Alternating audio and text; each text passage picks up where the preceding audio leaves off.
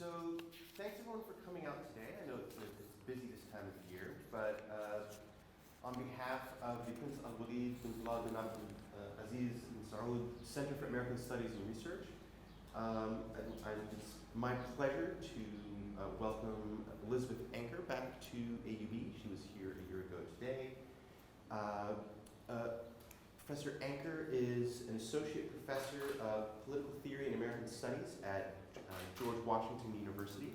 She is the author of Orgies of Feeling, Melodrama and the Politics of Freedom, which came out from Duke University Press a few years back and has won awards. I could speak her praises at length. Today, though, she'll be giving a talk titled Longing for Sovereignty. Violence and domination in the yeah. Trump era. Yes. And she's also currently working on a book titled Ugly Freedoms, which perhaps she'll tell us more about. Join me in welcoming Elizabeth Anker. Right. Thanks. He always gets the first word. I have a couple of clips from Trump, and we'll see how they work, whether they play. But, somebody said recently that it's a shame that so much contemporary scholarship is now going to have to be turned towards Trump rather than towards all the other things that people might have been writing about and thinking about, and I sort of feel myself in that category. When I was first invited here, I was thinking of talking about climate change or neoliberalism, which are other parts of a book I'm working on, but here we are thinking of Trump. So here we go. Over the past few decades, scholars, especially in political science and sociology, have declared the arrival of a post-sovereign era in which state power and individual autonomy have eroded. Sovereignty, if we think of it as either an estate formation, is supremacy over the decisions in a given territory, or individuals as kind of supremacy over, or final authority over one's body and one's life decisions. Both have appeared to have been weakened over the past few decades. States are losing power to global capital flows, technology, international NGOs, non-state violence, and climate change disasters that make the world feel increasingly chaotic. Economic equality, especially within the US, has grown exponentially, while communities are torn apart by unemployment at the very moment the state has withdrawn support for the vulnerable. Recent events in the US in particular, including 9/11 and the financial crisis, fostered a widely shared belief across populations that both state and individual sovereignty have been damaged by nebulous and uncontrollable transnational forces. So there's now a generalized sense across individuals and populations within the US that people have less power to determine their life conditions than in previous generations. The uncertainty about the capacity of state power is now, I think, within the United States, and I think in other states as well, but I'm interested in the kind of particular way this happens within the US, is culminating in a political backlash against globalization in an effort to reconstitute sovereignty, both at the state level and individual level. Right? Even in a post-sovereign era, states or people, I think, are aiming to shore up sovereignty for both individuals and states. Some ways in which this is happening includes warfare, and I argued in my first book that the war on terror was seen as a way to revive state sovereignty. It includes the proliferation of border walls that aim to visually demonstrate supremacy, as many people have argued. It also includes sovereignty over internal populations, including things like militarized police powers and intensified state surveillance. And I think also particular to the US, mechanisms for reviving individual sovereignty include laws that proliferate gun use and decriminalize their use in public so that people can walk around being like mini sovereigns, having the power of life and death over others around them. So sovereignty continues to be a key political norm, and various state actions bolster its practice in our post-sovereign era. And so today I want to examine what I think might be the most brazen attempt within the US to stop the diminishment of state and individual sovereignty, and that's the election of Donald Trump to the presidency. The Trump presidency, I think, is, among other things, a mechanism for managing the insecurity of waning sovereignty as it affects many US citizens. Right? Trump is so appealing in part because he promises to revive individual and state sovereignty.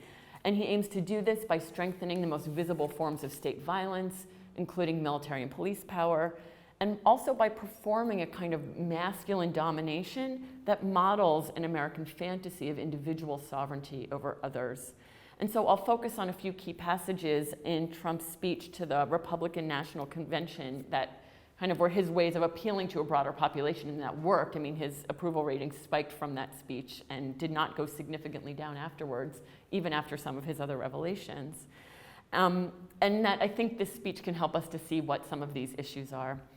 So I also want to suggest that Trump's promises of sovereignty offer something different than some of the other attempts to strengthen sovereignty that I had first mentioned. And they shed new insight into the populations that are so rattled by sovereignty's diminishment. First, it shows the frantic intensity by which privileged members of the US electorate rely on a belief that individual power has to kind of be supreme over other people, and that that's what sovereignty looks like. And second, it shows how many white Americans have, I think, given up on popular sovereignty, right, on the people as the kind of origins of political power, in order to hold on fast to the fading dreams of individual and state sovereignty. So Trump's vision of sovereignty disinvests in democracy or in collective freedom. It eliminates participation, equality, and freedom from versions of the political, and in fact becomes a desire for domination shorn of other ends. Right? In Hannah Arendt's famous dictum, if men wish to be free, it's precisely sovereignty they must denounce. Because for her, sovereignty is always a form of domination and never about real freedom. But I think Trump provides the opposite calculation. If men wish to be sovereign, it is precisely freedom and democracy they must renounce. So let me first briefly talk about state sovereignty. I think this is seems relatively clear-cut. Many of Trump's policy proposals promise to bring back state sovereignty, especially within the realm of international relations. They aim to bolster the military, build an impervious border wall, stopping immigrants at the border, and staunching the flow of refugees onto American shores, and generally placing America first within the global order. As he says in this speech, Americanism, not globalism, will be our credo. And I'm always wondering, when did globalization become globalism? What is that about? Trump argues that violent and punitive forms of state expansion, especially strong borders, right, whether a concrete wall, detention of immigrants, or denial of entry to Muslims and other racialized groups, provides a kind of a force that involves also the kind of strengthening military power that can revive secure borders and state impermeability. So not only will sovereignty be strengthened against external enemies, but also against internal enemies as well. And these are inseparable threats in Trump's America. So let me just show this first clip. Okay. It's actually the other tab. I'm sorry? It's actually the other tab. It's the other. It's one tab over. One tap over. I'll let you. No, I see. Thank you. Okay. Oh, tab.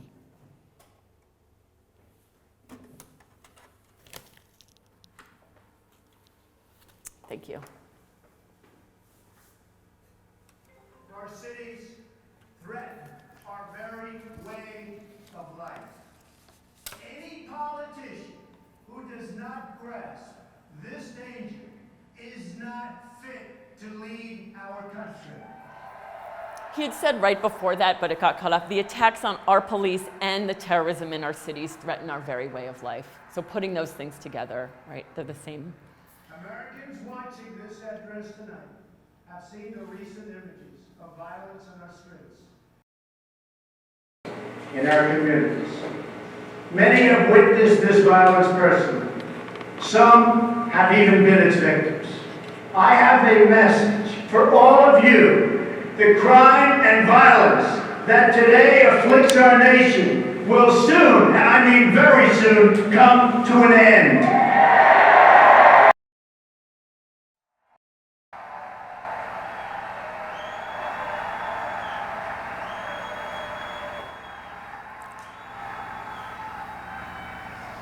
Beginning on January 20th of 2017, safety will be restored.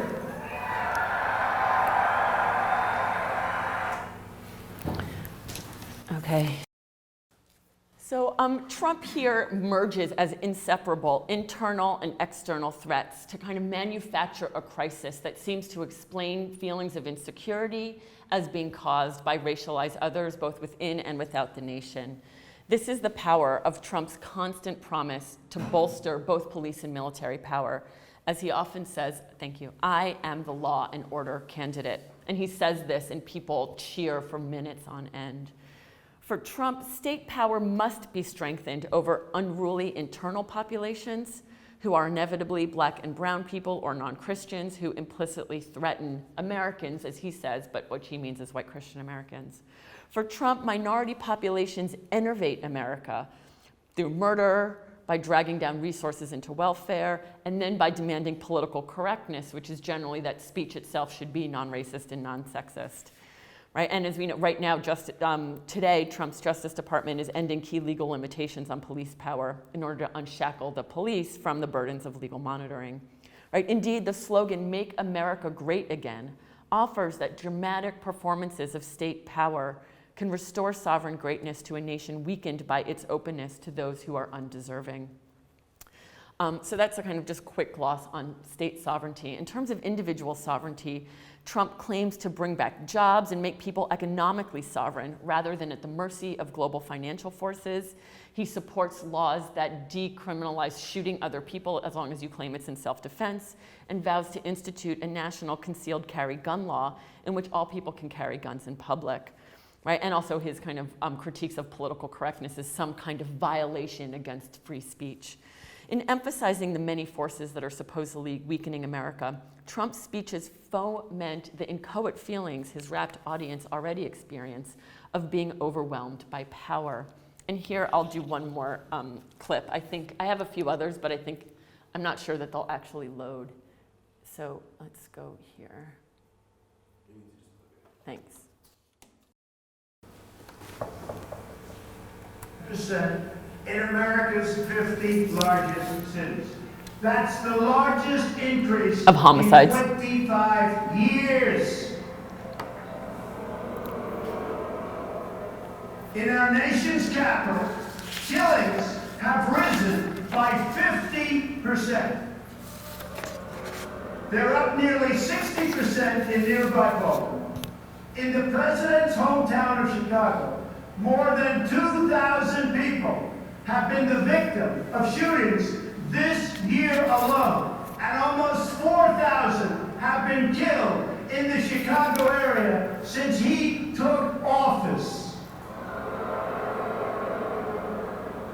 The number of police officers killed in the line of duty has risen by almost 50% compared to this point last year.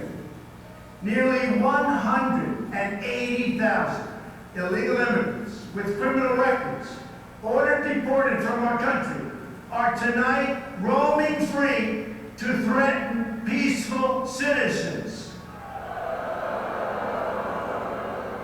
The number of new illegal immigrant families who have crossed the border so far this year already exceeds the entire total from 2015. They are being released by the tens of thousands into our communities with no regard for the impact on public safety or resources.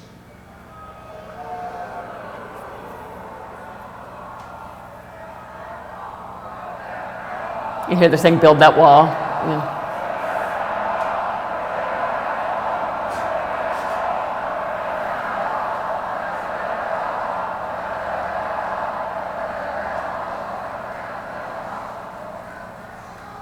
One such border crosser was released and made his way to Nebraska. There, he ended the life of an innocent young girl named Sarah Root. She was 21 years old and was killed the day after graduating from college with a 4.0 grade point average, #1 in her class. Her killer was then released a second time, and he is now a fugitive from the law. I've met Sarah's beautiful family, but to this administration, their amazing daughter, was just one more American life that wasn't worth protecting. No more. One more child to sacrifice on the order and on the altar of open borders. Okay. Okay. Right, so we see here Trump fomenting these kinds of feelings of anger and resentment and bitterness. But rather than placing blame for these feelings that people already experience on the confusing to everybody kind of forces of global financialization, global trade, blame is placed on racialized others who are supposed to be extra dangerous and also lower on hierarchical markers of racial personhood. Trump uses false statistics to explain people's feelings of insecurity and places that blame onto racial violence, both on Black Americans within the US, right, his kind of inner city codes, and on brown immigrants outside, placing all kind of domestic problems and people's individual experiences onto these sources of racialized violence. Trump's promise to his supporters is this: you may feel weak and injured now, but my strong state policies of law and order will soon overcome the enemies that sap your power and allow you to experience your rightful and unbound agency. So when Trump is trumpeting the border wall, investing vast sums of money in the military, or deregulating police power, he is suggesting that US military and state actions can transform an individual sense of feeling overwhelmed by power into a national scene of triumphant strength and sovereign control. He merges state sovereignty to visions of individual power. And in a couple of other short clips that I'll just reference quickly, he constantly mentions these words that people are experiencing of humiliation, being forgotten, being abandoned and neglected, but placing them onto a kind of national scene. So describing, saying that people are living through one international humiliation after another. We all remember the images of sailors being forced to their knees by Iranian captors. This was just prior to Obama's signing of the Iran deal, and it will go down in history as one of the worst deals ever made. Another humiliation came when Obama drew a red line in Syria, and the whole world knew it meant nothing. So for Trump is using languages that describes many of the individual experiences of his listeners, such as humiliation and neglect in another speech, abandonment, but placing these individual experiences, which might be shameful to expect individually, especially within a culture of masculine individualism, onto a national narrative that offers an explanation beyond individual failure, right? You might feel humiliation, but that's because it's international. It's part of a trade deal, right? He acknowledges individual affective experiences, but gives them a national scope and a larger historical narrative that places blame on political elites and racialized citizens, and then makes those feelings able to be acceptable and then widely shared. Right? I think for some of his supporters, it is much easier to admit these demasculinating feelings of weakness and humiliation when they can be attributed to Obama's deals on foreign affairs rather than on one's own individual failure to succeed economically, right? And I'll talk more about the kind of way he's rebutting that neoliberal language of individual failure in a minute.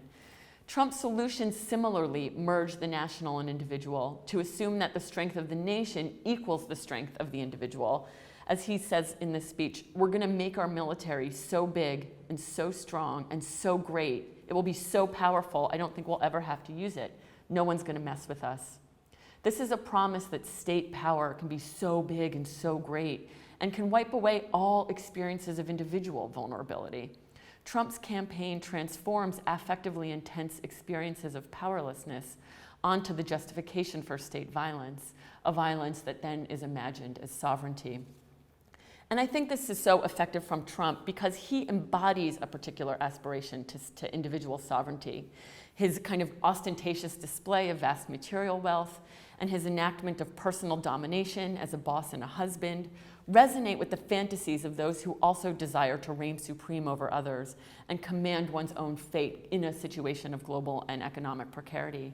Trump's provocations often horrify his critics, right? When he claims Mexicans are rapists, when he publicly shames people in his television shows by claiming you're fired, he refuses to pay taxes because he says it makes me smarter, right? He foments Islamophobic and anti-immigration fervor and gloats about sexual assault to acquaintances, right? You just grab them by the pussy.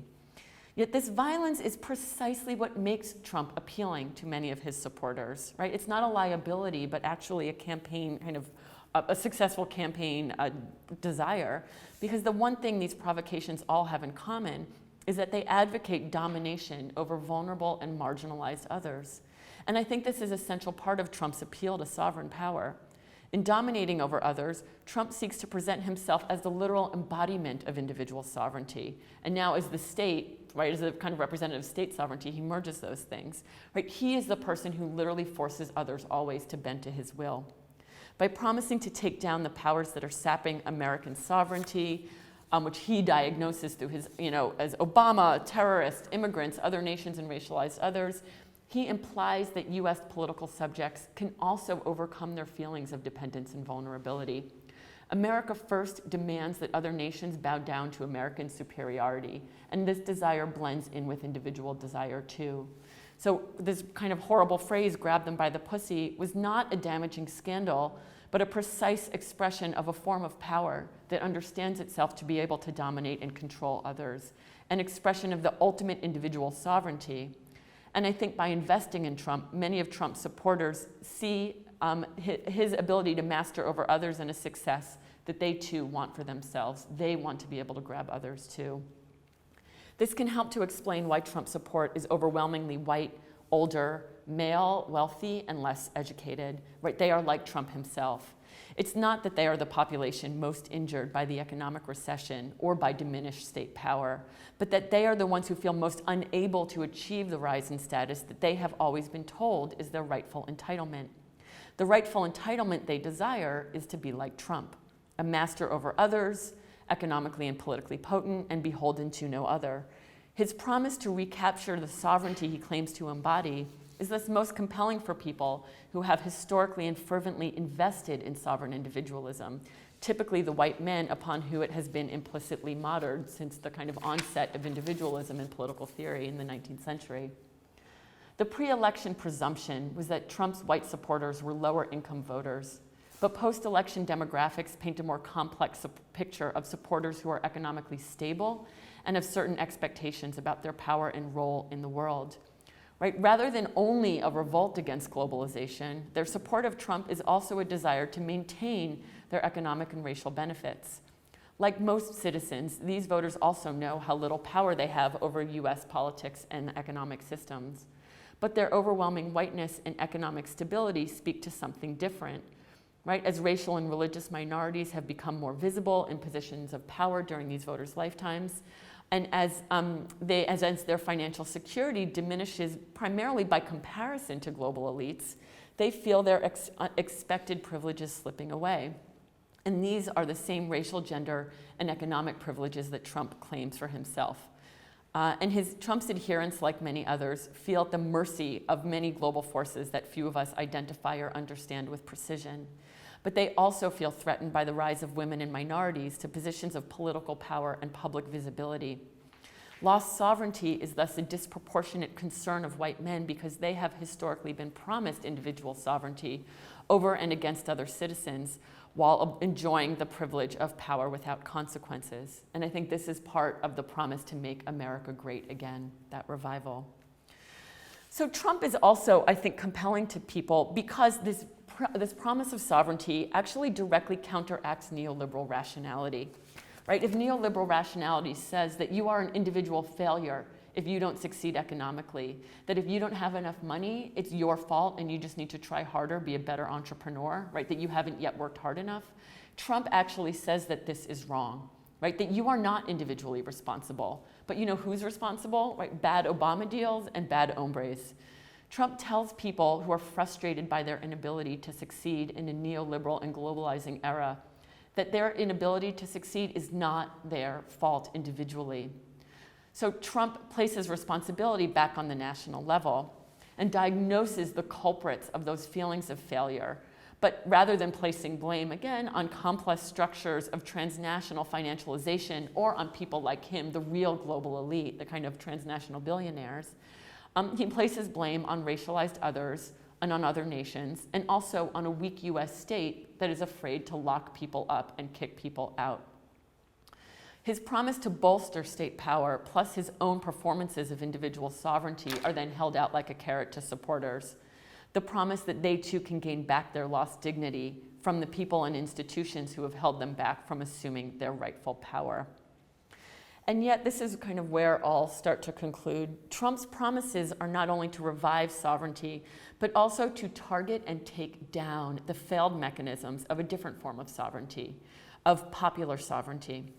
Popular sovereignty, where all people have final authority over the governing conditions of their lives, has also been in decline. The ability to participate in public life and in politics has been in decline in the last few decades, right? And yet, even throughout in kind of anywhere from politics to many more scholarly analyses, tellings of post-sovereignty only examine the losses of individual and state sovereignty and either ignore lost popular sovereignty altogether or subsume popular sovereignty under state sovereignty, as if having the people as final authority is the same thing as having the state as final authority.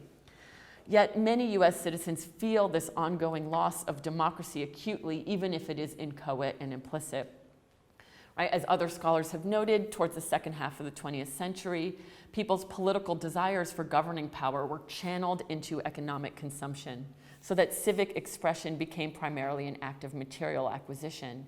And then under neoliberalism, when individual economic power got siphoned upward to global financial forces, individuals are doubly stymied, as the one vector that seems available for public, for individual political power, economic success, is then also shunted. So part of what I think Trump supporters are railing against is not only their economic precarity, but their inability to actively express themselves politically and be part of self-governing processes through real participation.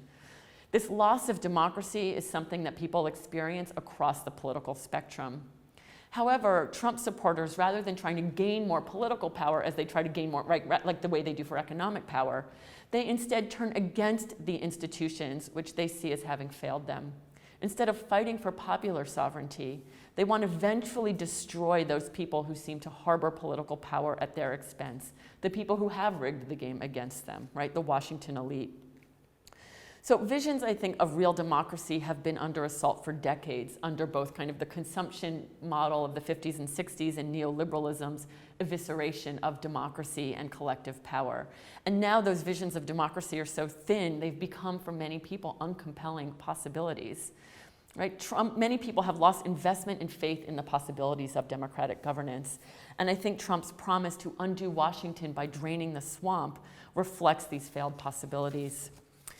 So Trump's rhetorical commitment to reigning sovereign over Washington by destroying it exploits the anger and despair of citizens who know too well they have no influence over the decisions that govern their lives. The system they know is rigged against them.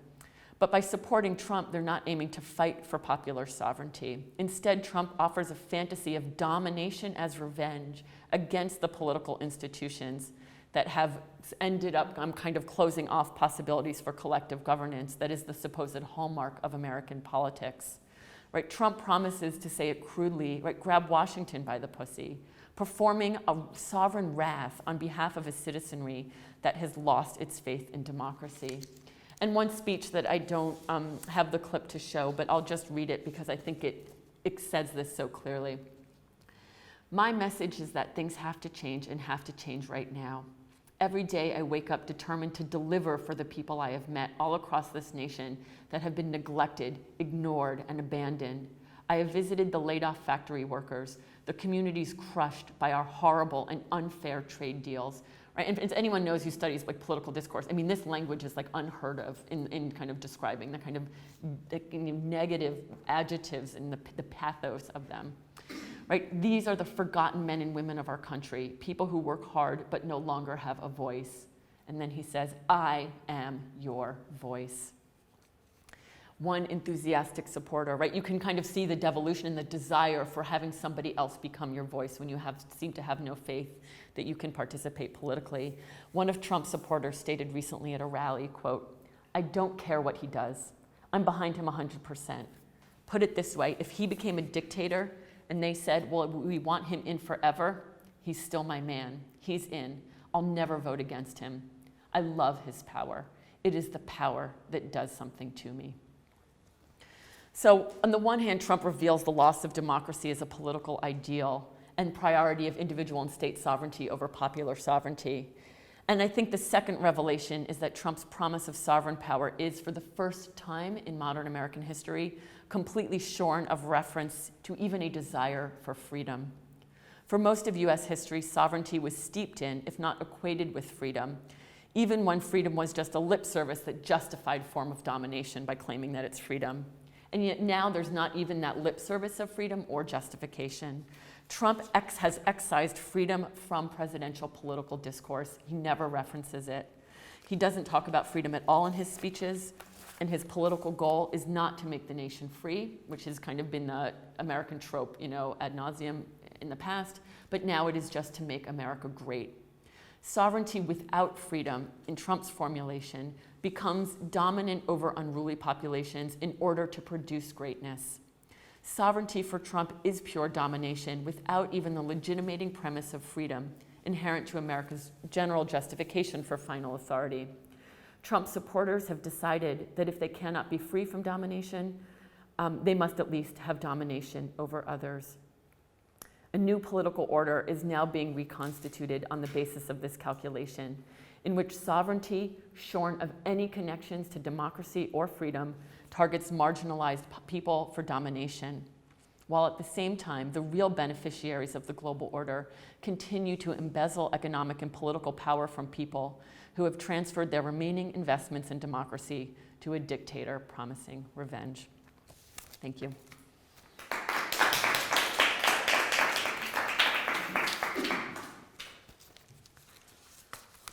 Do we have time for Q&A?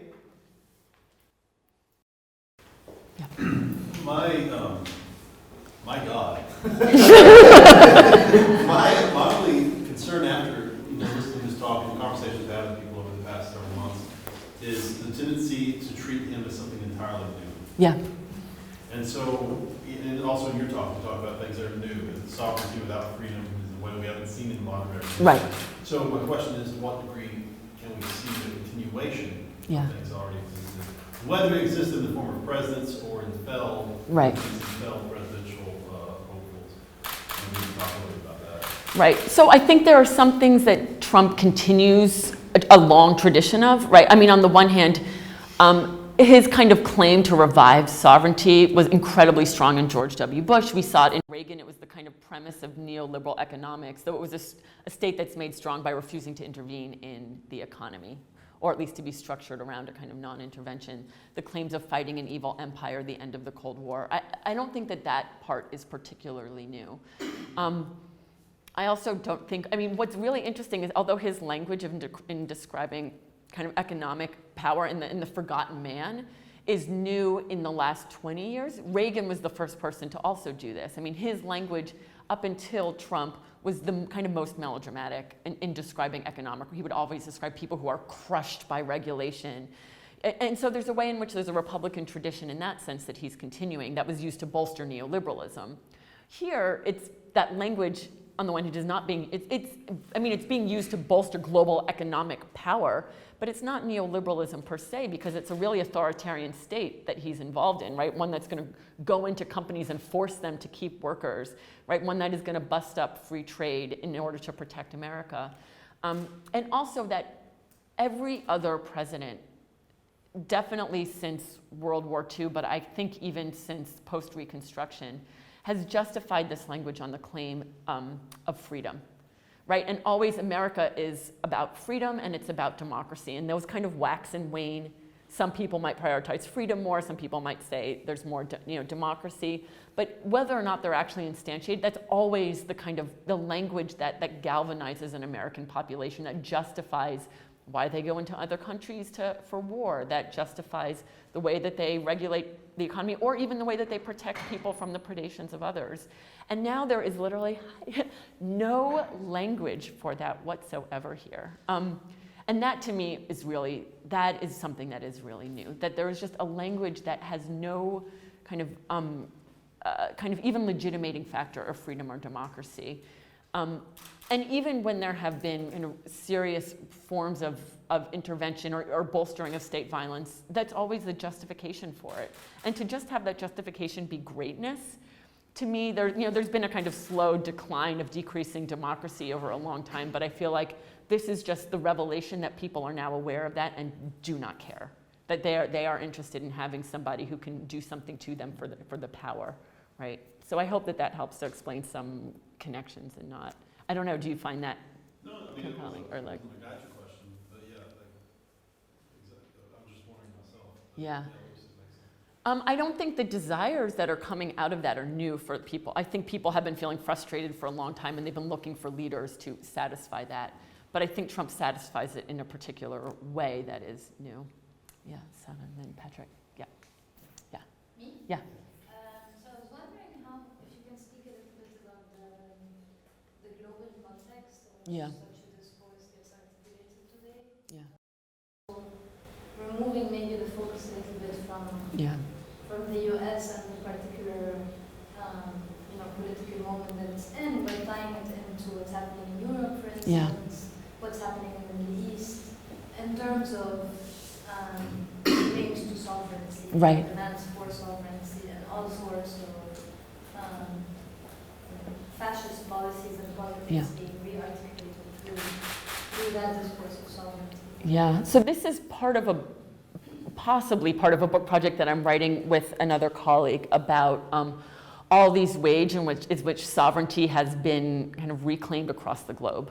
Right, and so I think this is the form that it takes within the US right now, but I think we can certainly see Brexit as a form, and the whole language of Brexit is about sovereignty, right, and reclaiming a national sovereignty, one that is also against refugees and immigrants, and that's also a claim of getting out of the EU's free trade agreements, right, that free trade is a kind of, a barrier to a kind of national sovereignty again.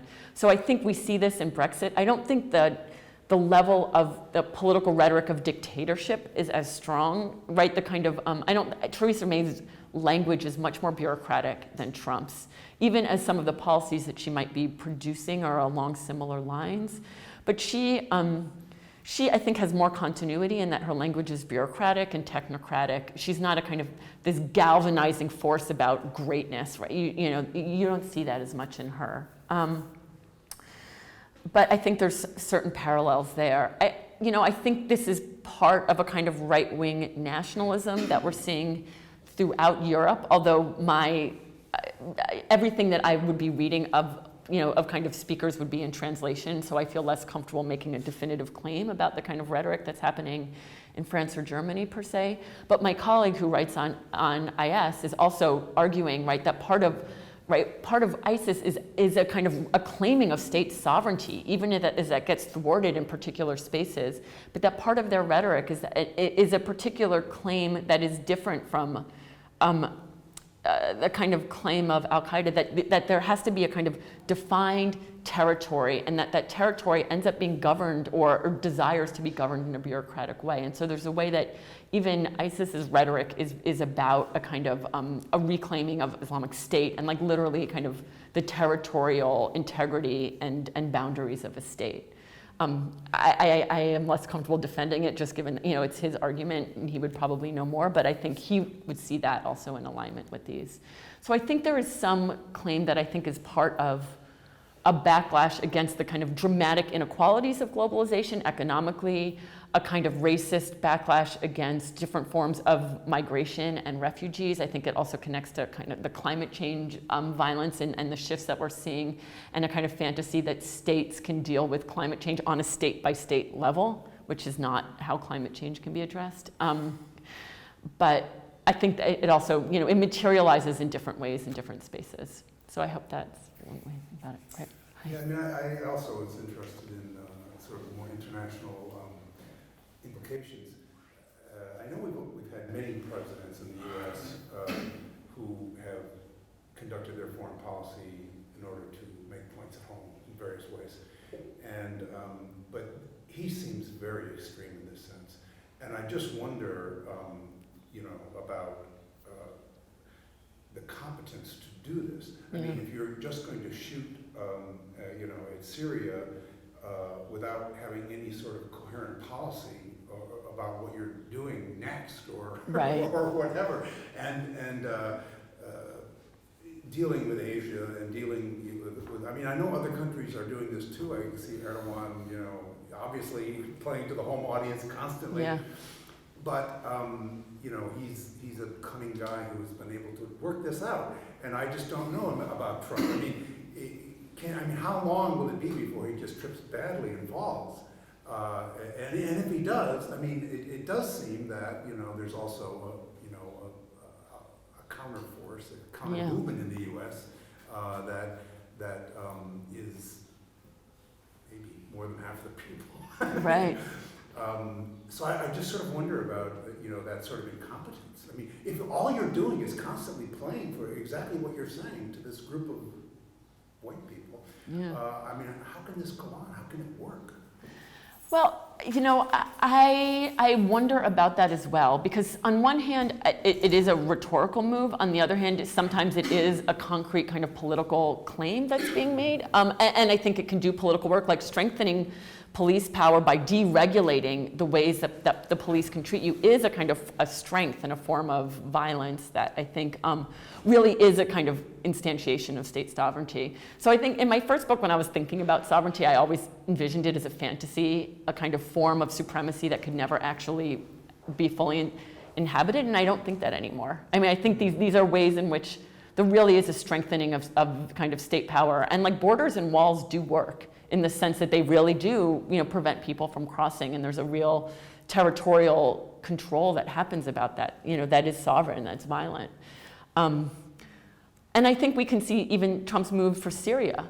I mean, it clearly was not thought out. It's not part of any foreign policy, but it was a claim like the US is the strongest power in the global order. We're going to show them what's up by putting some rockets on, by shooting a basically empty airfield and, on the ground. And it was a total performance, right? By all accounts, it didn't really do anything. It didn't actually harm any equipment that was real. It didn't harm a landing strip that could have stopped, planes from flying chemical weapons. It did nothing except perform for almost an American audience, right?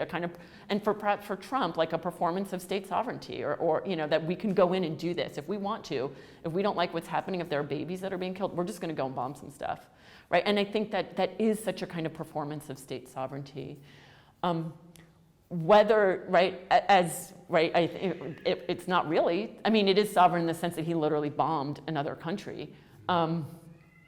It is not, like the kiddies are upset about the bombing too. But I... Male cats. Right.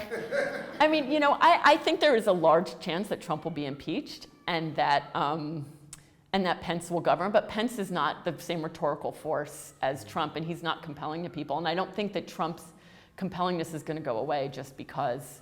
And I actually think if Trump goes away and Pence, I actually think somebody will come about who's probably even more ruthless than Trump, because I think a lot of people want that, right? I mean, the Republican field was kind of crazy, but everybody else was more competent, right? And yet Trump was the one who came out because he was making these promises that they were not. And I think that the next person we see will be even stronger and perhaps even more vulgar, because I think the vulgarity is also quite part of that appeal. The ability to be vulgar in public and to have no consequences about that is again, its own performance of domination. So, yeah. Yes. This is a question. I happened to watch 13th last night. Oh, yeah. And Duvernay makes this comparison with Richard Nixon, very strong. Yeah. Trump and Richard Nixon law and order. The appeal that they made, and so in watching it, I was thinking about, but Nixon had such a fall. Yeah.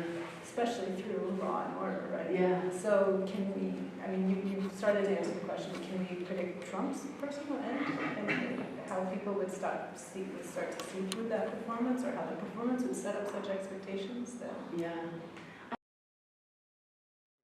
And law and order failed, but that was also the huge rise of mass incarceration. So even though it was Nixon's personal failure, right? I mean, mass incarceration only grew exponentially and exponentially since then, especially as it became privatized, right? And as that's kind of a bit part of the story.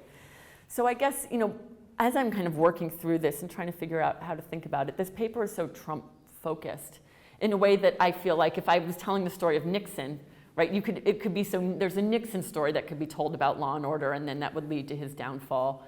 But that also doesn't then tell the whole story of what's happening around it. And I feel like I need to be doing that in this draft, and maybe it's part of my answer to both of your questions of like, what about this is beyond Trump, right? In the sense, Trump is making these promises, but Trump also threatened to run for president in the 1980s, right? What about his promises are much more compelling now than they were in the 80s, right? In the 80s, he was a buffoon, and he still was in 2015, but I think his claims became much more appealing, that people started becoming more willing to invest in him.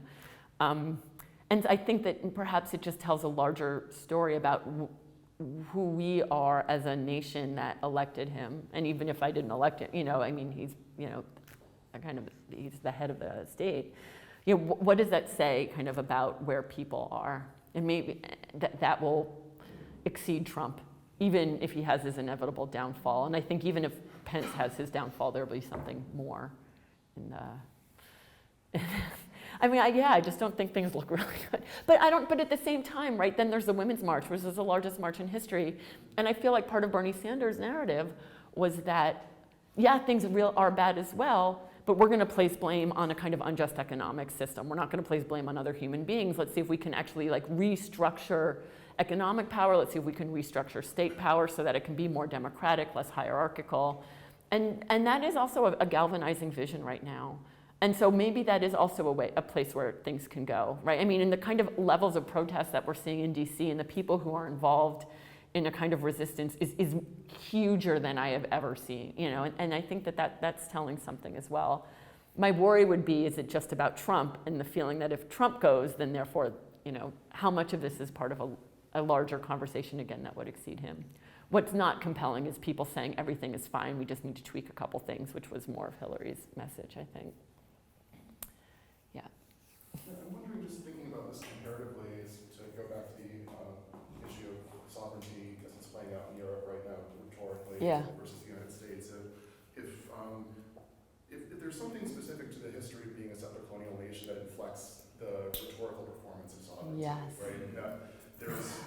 That the United States, yes, loves borders and loves walls, but at the same time, it's not spatially bounded. Right. That those two things have to coexist, and that sovereignty and the expression of personal freedom are tied up in spatial expansion.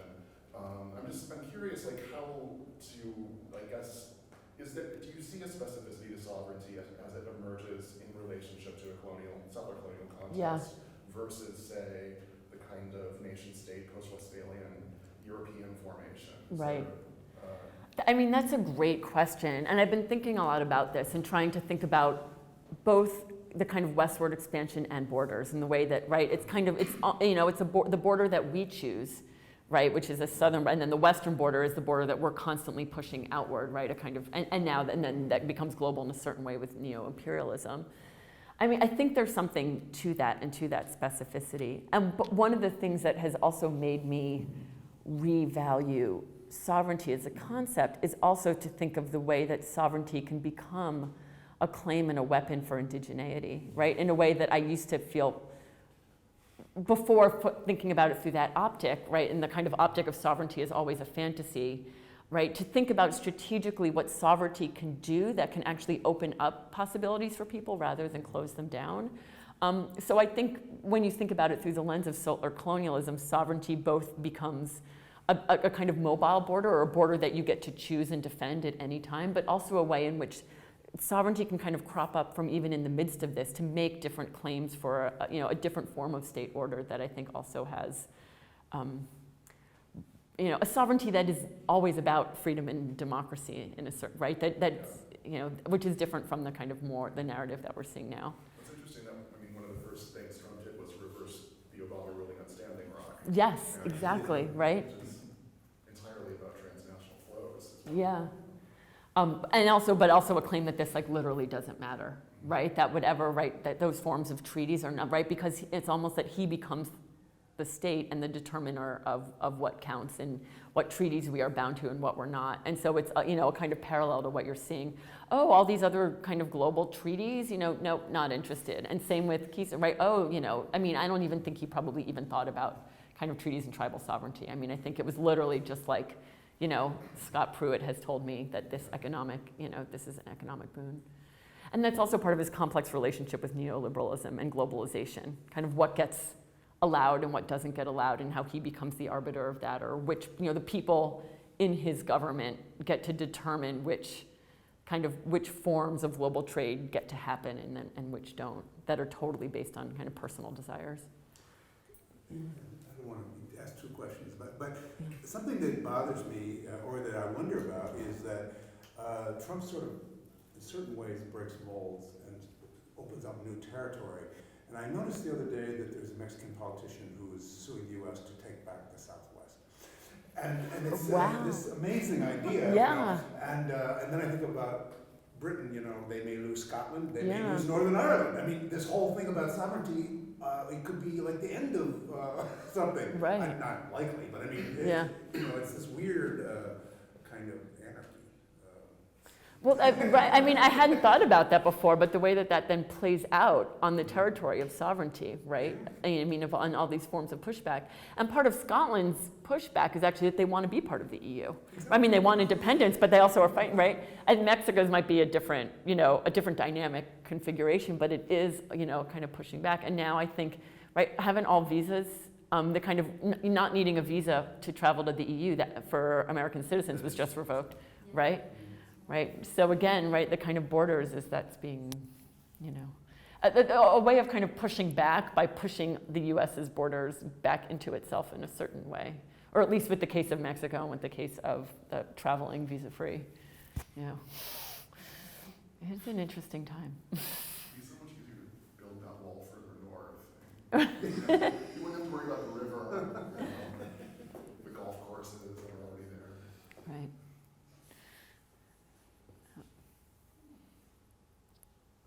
Unpack the term popular sovereignty a bit more. There seemed to be some promise to, at least the promise of popular sovereignty. Could you speak a bit more about what popular sovereignty is for you? Right. So I think of, if sovereignty is who or what has final authority over a given territory or a given body or a population, right, there are various ways that can happen, right? One is a constant checks and balances where they're all not necessarily really sovereignty, or at least if all those bodies are pitted against each other and they represent different aspects of the people. That could.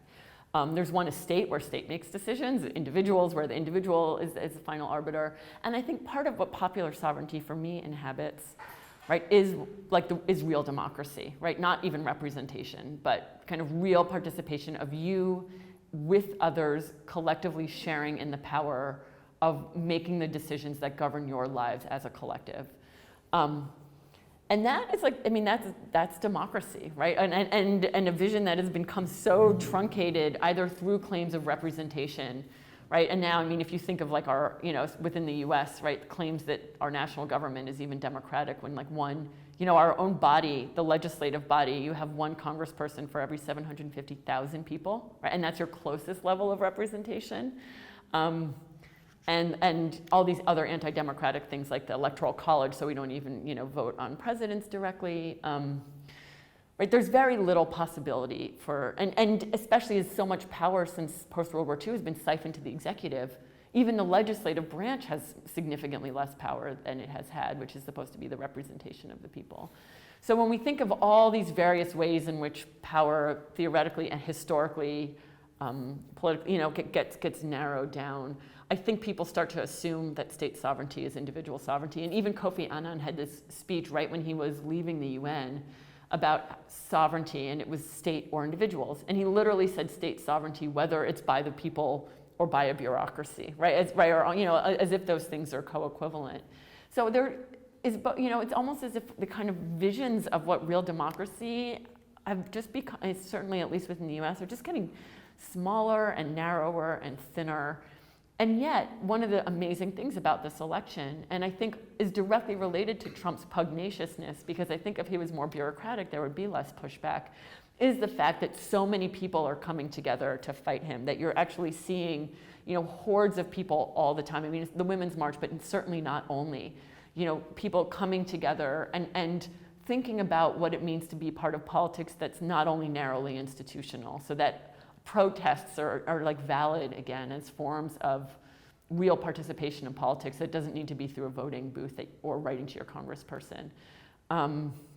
The way that people in the civil service who generally are very rule-abiding are now sabotaging those rules all the time in the service of what they think is in the service of the people. So people who are at the EPA are reclassifying their climate change information, right? So if they're working on climate change now, they'll say it's weather. They just recode files. Or they literally hide files, right? It's not like you could just go into a database, an EPA database, and you click climate change and you find everything, right? They know how to hide things and understand themselves to be doing this like in the service of the people, and to think about all these ways in which a kind of desire for working for a collective and for protecting a public and working for a public have been revitalized. That I think also connect, right? There's a way in which Trump's kind of ostentation is part of how people are fighting back against it. I actually think if he was subtler and not so invested in performing his kind of masculine domination, he would be much more effective in eroding collective governance than he already is. But the performances rub some people, some people it is very galvanizing for, and other people it totally is part of what they're pushing back against. And perhaps that, in the next iteration of this paper and a more hopeful vision, right, it would be pulling that out to think about kind of vital energies that are happening. I mean, maybe I'm a pessimist by nature, but 2 years ago, I would not have predicted the groundswell of popular resistance that I'm seeing now. And so many people who have never participated in politics outside of voting or writing to a congressperson that's involved. So many people I know, again, right, in government who would never think, right, their loyalty has always been to their agencies, but now they feel like their agencies are under siege, so their loyalty are to the people, right, against, the kind of bureaucracy. And I think those are, I think that's really promising. So those are my thoughts on popular sovereignty. And even just talking about it, actually makes me feel like, there's the kind of loss of a vision of democracy is not something that is taking over the whole population, though it is taking over a large part of it. Yeah.